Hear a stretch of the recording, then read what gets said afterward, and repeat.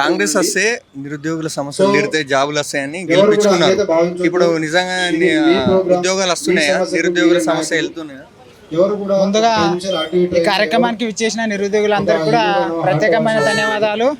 మనము గత 60 ఏళ్లుగా కొట్లాడి సాధించుకున్న తెలంగాణలో నీళ్లు నిధులు నియామకాల్లో భాగంగా తెలంగాణ సాధించుకున్నాం. మేము రేవంత్ రెడ్డిని నమ్మి కాంగ్రెస్ ప్రభుత్వం వస్తే నిరుద్యోగులకు న్యాయం జరుగుతుంది, కంపల్సరిగా మన రాహుల్ గాంధీ చిక్కడపల్లి లైబ్రరీ గారికి వచ్చి కూర్చొని మా పార్టీని గెలిపించండి, మీకు కంపల్సరిగా ఏడాది లోపే 2 లక్షల ఉద్యోగాలు ఇస్తామని ఆ రోజు మాకు చిక్కడపల్లి లైబ్రరీ రేవంత్ రెడ్డి గారు రాహుల్ గారి గారితో వచ్చి మాట ఇచ్చారు. ఆ మాటను గౌరవించి మేము ఊరు బస్సు యాత్ర చేసి మా తల్లిదండ్రులతో ఓటు వేయించి మేము ఈరోజు కాంగ్రెస్ గవర్నమెంట్ అధికారం తీసుకొని వస్తే ఈ రోజు రేవంత్ రెడ్డి గారు కేవలం బీఆర్ఎస్ గవర్నమెంట్ లో ఇచ్చిన నోటిఫికేషన్లకు చివరిలో వచ్చి అందరూ ఎవరో అన్నం వడ్డించిన తర్వాత చివరిలో వస్తే విస్తరి పెట్టి నేను అన్నం పెట్టినాను అన్నట్టుగా చివరిలో నోటిఫికేషన్లకి నియామక పత్రాలు ఇచ్చి 50,000 ఉద్యోగాలు ఇచ్చిన అంటాడు, 60,000 ఉద్యోగాలు ఇచ్చిన అంటాడు.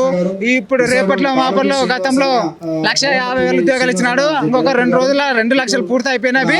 మా గవర్నమెంట్ ఇచ్చిన మాట ప్రకారం 2 లక్షలు ఇచ్చినామంటున్నాడు. అసలు ఎక్కడ ఇచ్చినారని మేము చెప్తున్నాం. కేవలం డిఎస్సీలో 5,000 ఉద్యోగాలు, గ్రూప్ 1 63,000 ఉద్యోగాలు తప్ప మీరు ఎక్కడ నోటిఫికేషన్ కూడా ఇవ్వలేదని ఈరోజు తెలియజేస్తున్నాము. రేవంత్ రెడ్డి గారు మాట్లాడితే చెప్తున్నారు, ఇక్కడ నిరుద్యోగులు ఎవ్వరు కూడా నోటిఫికేషన్ కావద్దు అంటున్నారు, ధర్నాలు చేస్తున్నారు, నోటిఫికేషన్లు వద్దని ధర్నా చేస్తున్నారు అంటున్నారు. రేవంత్ రెడ్డి గారు మీకు ఎవరు చెప్తున్నారు కానీ రాంగ్ ఇన్ఫర్మేషన్ ఇస్తున్నారు. ధర్నా ఇది అశోక్ నగర్ లో ధర్నా ఎందుకోసం చేశారంటే గ్రూప్ 2 జాబు నోటిఫికేషన్ డిఎస్సీ ఒకటే రోజు ఒకటే గ్యాప్ లో 2 రోజుల గ్యాప్ లో నోటిఫికేషన్ చేసినారు. ఆ రోజు డేట్ ఉంది కాబట్టి ఆ డేట్ ఎక్స్చేంజ్ చేయండి అని చెప్పి ఇదే మన అశోక్ నగర్ చౌరస్తాలో ధర్నా చేశారు తప్ప ఎప్పుడు నోటిఫికేషన్లు రావద్దని ఎప్పుడు కూడా ధర్నా చేయలేదు.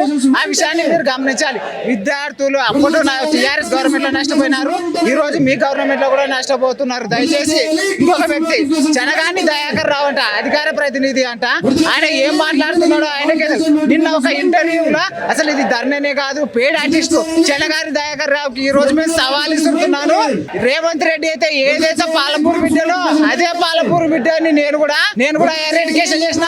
నువ్వు ఒక ఓయూ స్టూడెంట్ అయితే ఏ రోజు నీ కాడికి రమ్మన్నా నేను వస్తాను. ఎన్ని నోటిఫికేషన్లు ఇచ్చినాను. నేను పేడ్ ఆర్టిస్ట్, మేము మా విద్యార్థులందరూ పేడ్ ఆర్టిస్ట్ బీఆర్ఎస్ గవర్నమెంట్ దగ్గర డబ్బులు తీసుకొని మాట్లాడుతున్నారు అనే మాటని మేము ఖండిస్తున్నాము, అని తీవ్రంగా మేము ఖండిస్తున్నాము. దయచేసి రేవంత్ రెడ్డి గారు ఇప్పటికైనా కానీ మీరు ఇచ్చిన మాట ప్రకారం ఉద్యోగ నోటిఫికేషన్లు జూన్ 2వ తారీఖున మీరు పెరేడ్ గ్రౌండ్ లో జెండా ఎగరేసినప్పుడు కంపల్సరిగా మీరు నోటిఫికేషన్ ఇస్తున్నట్టు మాకు మాట ప్రకటించాలి. లేకపోతే ఉద్యమం పార్టీ అయినా బీఆర్ఎస్ గవర్నమెంట్ ని ఇంటికి పంపించిన వాళ్ళని మిమ్మల్ని ఇంటికి పంపించడానికి మాకు పెద్ద లెక్కనే కాదనే విషయాన్ని తెలియజేస్తున్నాం. పేదల నిరుద్యోగులకు జాబ్ క్యాలెండర్ ఇయ్యక మొన్న కొండా సురేఖ సోషల్ మీడియాలో ట్రెండ్ అవుతుంది కదా. కొండా సురేఖ మాట్లాడుతూ శ్రీధర్ బాబును మా పిల్లానికి జాబ్ కావాలి పెట్టియారా అంటే శ్రీధర్ బాబు పెట్టిస్తాను కదా. మరి మీ గురించి ఎందుకు పట్టించుకుంటాం లేదు గవర్నమెంట్? కేవలము మన రేవంత్ రెడ్డి గారు కానీ ఏం మాట్లాడితే ఏం చెప్తారు, గ్రూప్ 1 కానీ గ్రూప్ 2 కానీ ఏదైనా కానీ సివిల్ ఎగ్జామ్స్ కానీ ఎస్సీ బీసీ ఎస్టీ మైనార్టీ విద్యార్థులకే వస్తున్నవి, వాళ్ళే 80% ఉన్నాయి అంటున్నారు.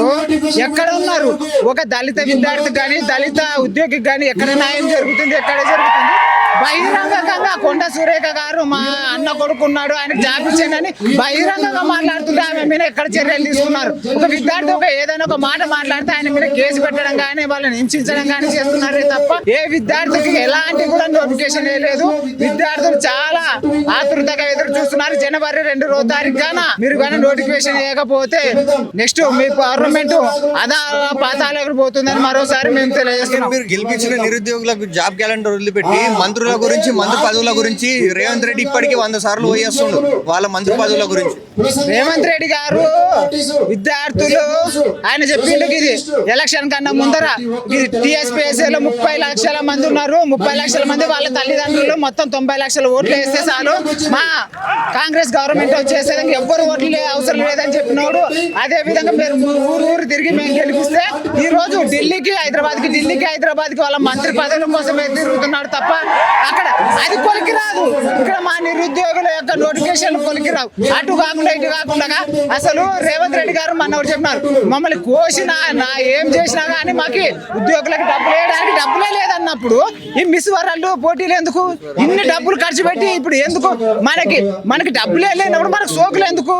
ఇప్పుడు నేనున్నా, నాకు తినడానికి లేనప్పుడు ప్లేట్ భోజనం 1,00,000 రూపాయలు. ప్లేట్ బోర్డు 1,00,000 పెడతారు, 2 లక్షలు పెడతారు. ఎందుకంటే వాళ్ళు గొప్ప చెప్పుకోవడానికి కోసం ఇది టీవీలో కనపడతాం, గొప్ప చెప్తాం, వాళ్ళ గవర్నమెంట్ ఉంది కాబట్టి మేము ఇంత పెద్ద ఈవెంట్స్ నిర్వహించినాం అంటున్నారు. అసలు మీకు ఇక్కడ ఉద్యోగాలకి డబ్బులు వేయడానికి నన్ను కోసిన డబ్బు లేదన్నప్పుడు అన్ని 250 కోట్లు ఖర్చు పెట్టి మిస్సోరాలు చేయవలసిన అవసరం లేదు. మనకు డబ్బులే గతి లేనప్పుడు మనం చేయవలసిన అవసరం ఏముంది?